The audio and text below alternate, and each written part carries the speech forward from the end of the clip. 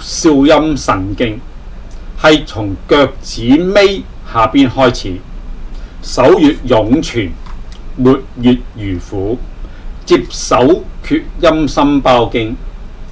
腎經同六腑中嘅膀胱相表裏，治泌尿生殖系統、神經、精神方面症狀、呼吸系統、消化系統同埋循環系統症狀，以及腎經脈所經過個部位嘅症狀。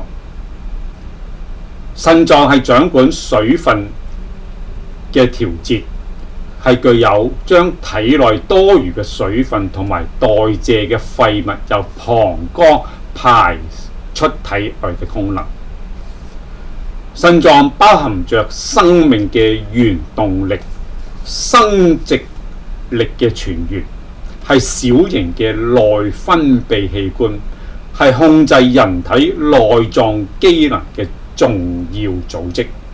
因此其地位嘅重要性，此一機能一旦發生異常，就會引發各種不適嘅症狀，如臉部皮膚大黑、失去光澤、口乾舌燥、喉嚨腫痛、站立起身時頭暈、食慾減退，特別係心窩處有無力感，下利容易疲勞，背同埋腳內側冰冷，腳底腳尖發熱，有倦怠感，腰痛，精力衰退，精神衰弱，做任何事都提唔起勁。腎係健康同埋生命之源，但會隨着年齡嘅增長而漸漸衰弱。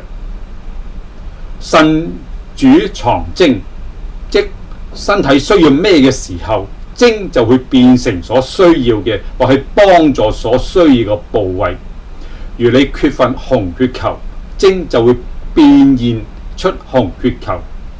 精係人體中最具有創作力嘅原始力量。元氣藏於腎，元氣係我哋天生帶來嘅，也就是所謂人活一口氣。我哋到咗老齡階段就講求補腎，而身體自有一套系統。經脈要是不通暢的，吃多少補品都冇用，都補不進去。一定要睇自己嘅消化吸收能力。腎精足其中一個明顯表現就係志向。老人腎精不足就會志向不高遠，小孩腎精足志向就高遠。所以人要做大事，首先就要保住自己嘅腎精足夠。人生三寶，精氣神。精為人之根本，為腎所藏。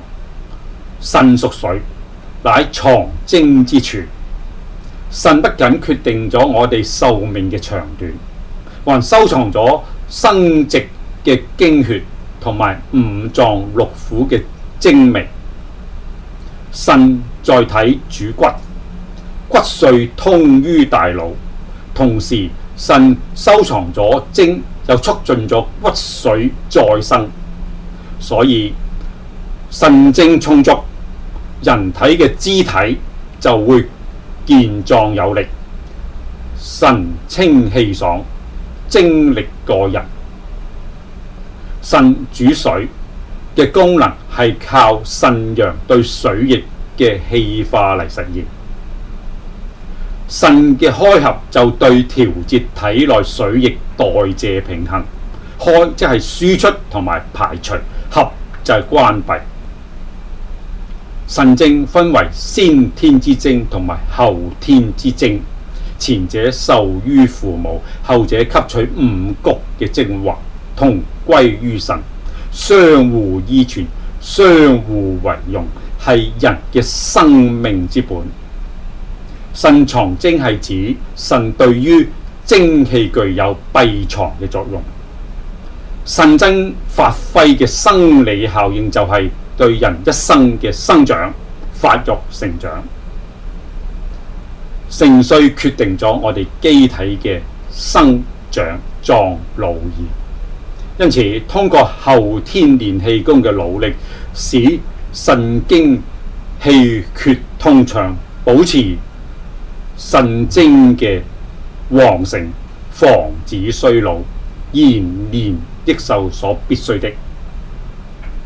腎經嘅經脈發生異常時，聽力不好，小便嘅生成同埋排泄就會發生障礙，出現水腫、尿少或尿多，或是尿頻。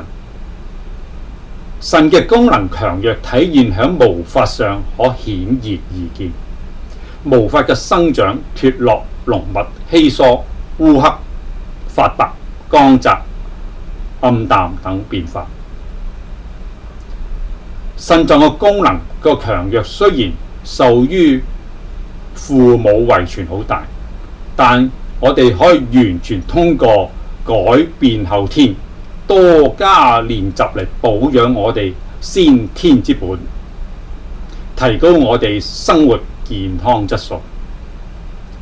練內丹氣功，保持腎經氣血旺盛通暢，或練動氣功時多練習腳嘅湧泉，都係從自我調節人嘅性激素同埋內分泌入手，通過增強人嘅性功能嚟恢復大腦青春活力，調整人嘅內分泌入手嚟改善整個神經系統，協調人體性善同埋憂怒，嚟達到提高免疫能力嘅目的。